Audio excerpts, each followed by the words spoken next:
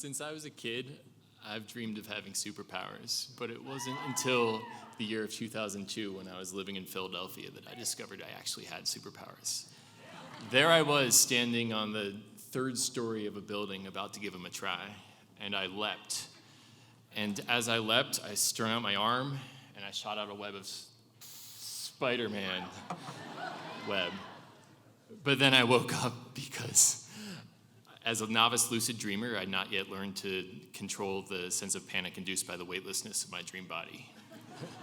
A lucid dream is a dream in which you know that you're dreaming, and therefore you can bend your environment to your will because it's all in your subconscious. And I want to be clear, when I'm talking about lucid dreaming, I'm not talking about some hippy-dippy new age thing or some trite lesson from an undergraduate philosophy class. I'm talking about real empirically backed science. And for that, we have Dr. Stephen LaBerge of Stanford University to thank. Dr. LaBerge's breakthrough was that movements in your dream body create analogous movements in your physical body. So if I'm dreaming and I move to the left, then in my physical body, my eyes will also move to the left, and I could signal to a collaborator that I'm dreaming nearby.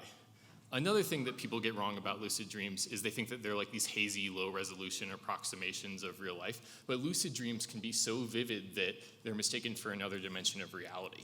And, you know, it's not some phenomenon of metaphysics, it's all science, and it's based in your head.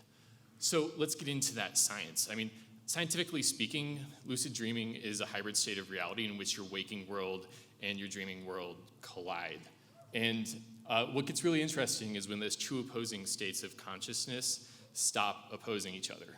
So in the waking world, the neural system inhibits the activation of the vividness of memories.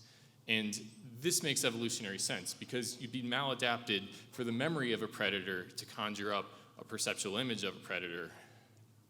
If the memory of a predator conjured up the perceptual image of a predator, we'd be running off for the bathroom every time we had a scary thought. So you've got these serotonic neurons that inhibit hallucinations that are themselves inhibited when you're in REM sleep. This is what allows dreams to appear real while preventing competition from other perceptual processes. To the functional system of neural activity that experiences our world, there is no difference between the dreaming perception and action and the waking perception and action. Dreams can be so real that they're mistaken for reality. So hopefully I've presented enough science to you guys to convince you that this is a real thing and that anyone can do it. But what should we do with it? I mean, what would you do if you could do anything? And what would you be if your body was just a mental construct and you could be anything? I mean, we're removing the constraints of reality here in a way that could be really disconcerting. And I'm a software engineer by profession. I add constraints to everything so that I can build software. I mean, you could fly around, you could have an interesting conversation with Albert Einstein, you could talk to your deceased brother, you could see in 360 degrees, and you could have any kind of sex you want. I mean,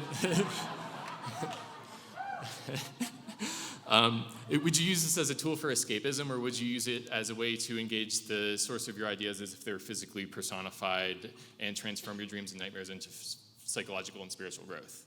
Do you guys want to learn how to do this? Yeah. So here's what you do. Sleep for 2/3 of the night and then set your alarm. Wake up when you're around REM sleep. That's when the action happens. And you want to do something associated with waking life, like have a coffee or read a book or something.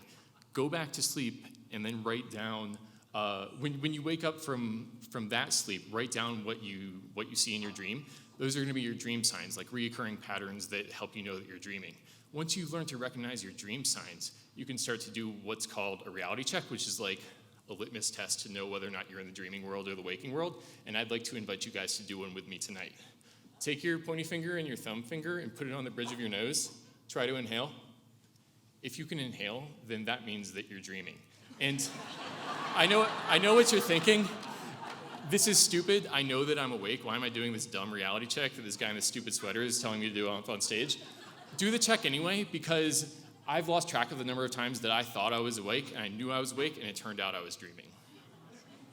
So before I go, I want to leave you guys with my big idea. We spend so much of our time in our waking life deferring joy by chasing things external to us, an acquisition of our company, a promotion at work, a dream house, a dream relationship. And if you can combine your waking rational abilities with the infinite possibilities of your dreams, you can do that stuff now. You can have superpowers. And all it takes to get started is this and this. Thank you.